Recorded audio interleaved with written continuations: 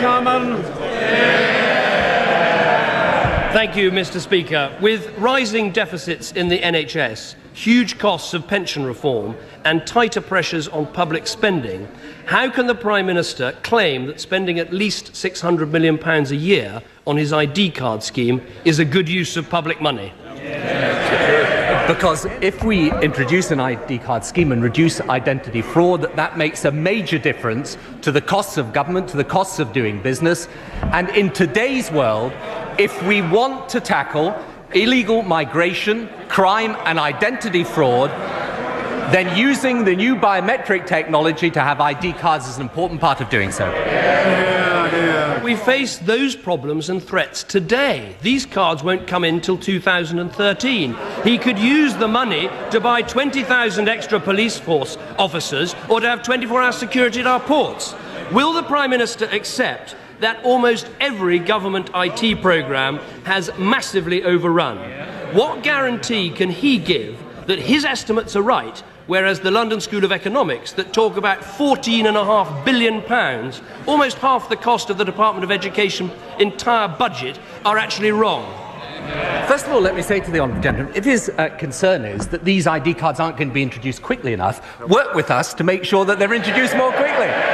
But that is an absurd reason for not introducing them. And as for the calculations made by the LSE, I think I'm right in saying that this report, though put out under the LSE's name, is actually written by someone who's the leading campaigner on civil liberty grounds against ID cards.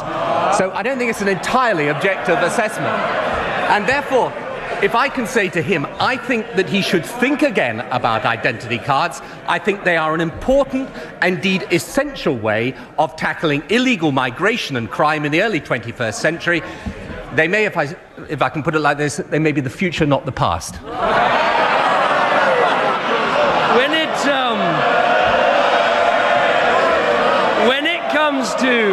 When it comes to who is working with the Prime Minister, perhaps he could answer this question. It's been widely briefed that the Chancellor doesn't back ID cards and will scrap them.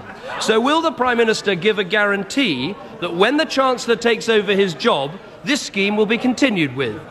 Certainly can give a guarantee that the government as a whole is absolutely behind identity cards for a very simple reason. And I may say that the start-up costs of ID cards have been provided by the Chancellor himself. So it is important that we recognise that identity cards, why is it so important now? Because we know from all the available evidence that identity fraud is on the increase. That is bound to happen in the modern world. The reason why so many people, when they've looked at this, including the former leader of the Conservative Party, have come to the conclusion we need identity cards. And the reason why it's right to do it now is because we have the biometric technology coming in. Other countries, for example, are going to be moving towards biometric passports. We will have to do that. Actually, the largest part of the cost of an identity card will come through the biometric passport, which we have to do. I assume he's in favour of the biometric passport. Perhaps he can elucidate that. We know his policy tends to shift a little quickly nowadays. So the reasons for it are it's absolutely where we need to be in fighting crime and illegal migration and identity fraud in the early 21st century, and the costs will be largely met through the biometric passport. I think I should remind the Prime Minister these sessions about me asking questions on behalf of the public and him answering on behalf of the government. If he wants to switch it around, he can have a general election. Doesn't the Prime Minister have a choice? He can think again, or he can plough on with what will become a monument to the failure of big government. I totally disagree with him, and I do apologise for asking these policy questions, but the fact is his policies change so very quickly on almost a day-to-day basis that sometimes it's always a good idea just to inform myself in order to keep up with where he is at any one time. But if I can simply say to him this, I think with the greatest respect, it's him who should think again about this. Look, we are going to have to introduce biometric passports. I know he agrees with that.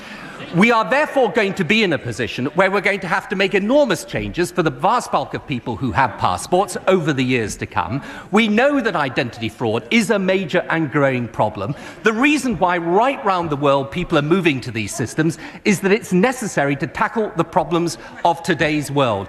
And if, of course, there is a cost to identity cards, but there's a cost to identity fraud today in so many different ways. And I actually think as this argument progresses, that I suspect he will find himself in the same position as he's been on rather a lot of policies recently. Everything from the patient's passport to selection on schools, to the environment, to social justice. I could go on, it's a long list. Of when we actually do come to the point of the next general election, I suspect he will be standing on his head as he has on so many other issues.